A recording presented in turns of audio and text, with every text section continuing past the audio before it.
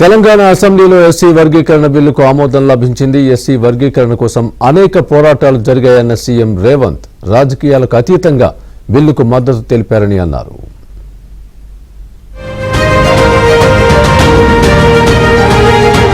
SC వర్గీకరణ బిల్లుకు Telangana assembly ఏకగ్రీవంగా ఆమోదం తెలిపింది.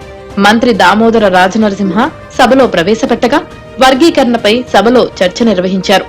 బిల్లుకు అన్ని పార్టీలు మద్దతు ఇస్తున్నట్లు ప్రకటించాయి. ఇక షమీం అఖ్తర్ కమిషన్ మేరకు 59 ఎస్సీ ఉపకులాలను 3 గ్రూపులుగా కమిషన్ విభజించి పొందిన ప్రయోజనాల ఆధారంగా కమిషన్ సిఫారసులు చేసింది. గ్రూప్ 1 కింద అత్యంత వెనుకబడిన 15 కులాలకు 1% రిజర్వేషన్ ఇవ్వనున్నారు. ఇక గ్రూప్ 2లో మాదిగలు ఉపకులాల కింద 9% రిజర్వేషన్ ను అందించనున్నారు. గ్రూప్ 3లో మాలలు ఉపకులాలకు చెందిన 26 కులాలకు 5% రిజర్వేషన్ ఇవ్వాలని బిల్లులో పొందుపరిచారు. Honorable Speaker, sir, I beg to move that the bill be passed. Motion moved. The question is that the bill is passed. Those who are for the motion, please say ayes. Those who are against, please say no. Ayes have it. Ayes have it. The motion is carried and the bill is passed. Telangana అసెంబ్లీలో SC వర్గీకరణ హేతుబద్ధీకరణ బిల్లుపై చర్చ జరిగింది. కాంగ్రెస్ ప్రభుత్వం చారిత్రాత్మకమైన నిర్ణయం తీసుకుందన్నారు మంత్రి దామోదర రాజనరసింహ. కుల వ్యవస్థ కారణంగా దళితులు వివక్షకు గురయ్యారన్నారు. సామాజిక న్యాయానికి కాంగ్రెస్ ఎప్పుడూ కట్టుబడి ఉంటుందన్నారు. రిజర్వేషన్ల ఫలాలు అందరికీ అందాల్సిన అవసరం ఉందన్నారు. So categorization was based group 1 on social backwardness. What are the principles adopted? Based on the social backwardness. సామాజిక వెనుకబడతనం, ప్రిఫరెన్షియల్ ట్రీట్మెంట్, అదనపు ప్రయోజనం. Particularly these communities which are into the profession of sanitation work, begging and nomadic activity. మరోవైపు కాంగ్రెస్ ఎల్లప్పుడూ వర్గీకరణకు కట్టుబడి ఉందన్నారు మంత్రి Uttam Kumar Reddy. SC వర్గీకరణ బిల్లును తీసుకువచ్చిన ఘనత కాంగ్రెస్ ప్రభుత్వానిదే అన్నారు. పక్కా ప్రణాళికతో ఈ ఎస్సీ వర్గీకరణ చట్టం తీసుకువచ్చామని, షమీం అఖ్తర్ కమిటీ దీనిపై అధ్యయనం చేసిందని తెలిపారు.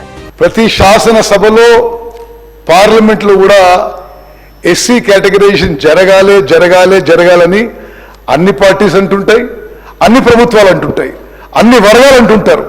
కానీ ఈరోజు ఒక పకడ్బందీ ప్రణాళికతో, ఒక పకడ్బందీ చట్టంతో ముందుకొచ్చిన ఘనత ఈరోజు మన కాంగ్రెస్ ప్రభుత్వం అని చెప్పి మరి చెప్పడం ఇది నిస్సందేహం అని చెప్పి నేను భావిస్తున్నాను.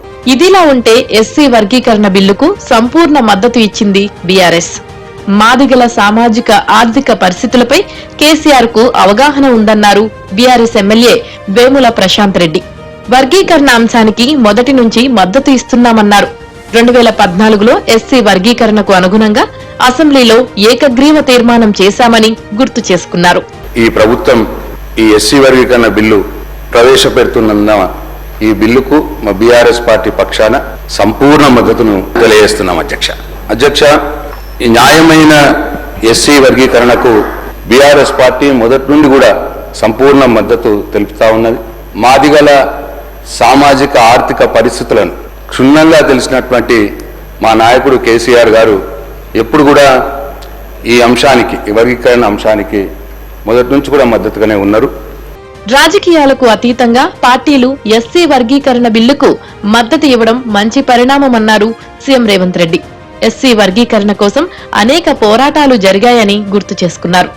తాను సీఎంగా ఉన్న సమయంలో సమస్య పరిష్కారం కావడంతో సంతోషకరమన్నారు. షమీం అఖ్తర్ నివేదికను మార్చకుండా ఆమోదించడంతో పాటు 59 ఎస్సీ ఉపకులాలను 3 గ్రూపులుగా విభజించి ప్రయోజనాల ఆధారంగా కమిషన్ సిఫారసులు చేసిందన్నారు. 59 ఎస్సీ కులాలను 3 గ్రూపులుగా విభజించడం జరిగింది అధ్యక్ష. గ్రూప్ 1 కింద 15 ఉపకులాలను తీసుకొని వాళ్ళకు 1% సామాజికంగా, విద్యాపరంగా, ఆర్థికంగా పూర్తిగా వెనుకబడిన వర్గాలను గ్రూప్ 1 కింద తీసుకున్నాడు అధ్యక్ష. 1% రిజర్వేషన్ వాళ్ళకి ఇవ్వడం జరిగింది అధ్యక్ష. అదేవిధంగా గ్రూప్ 2 మధ్యస్థంగా లబ్ధి పొందిన ఎస్సీ కులాలు, మోడరేట్ బెనిఫిషియర్స్, వాళ్ళను 18 కులాలు ఉన్నాయి అధ్యక్ష. అందులో 9% రిజర్వేషన్లు వాళ్లకు ఇచ్చిండ్రు అధ్యక్ష. అదేవిధంగా గ్రూప్ 3 అధ్యక్ష గణనీయంగా లబ్ధి పొందిన, అంటే కొంచెం సిగ్నిఫికెంట్ గా బెనిఫిట్ పొందిన వర్గాలు 26 కులాలు ఉన్నాయి అధ్యక్ష, వాళ్ళకు 5% రిజర్వేషన్. ఎస్సీ వర్గీకరణ బిల్లుపై జరిగిన చర్చలో పలువురు ఎమ్మెల్యేలు చర్చలో పాల్గొన్నారు.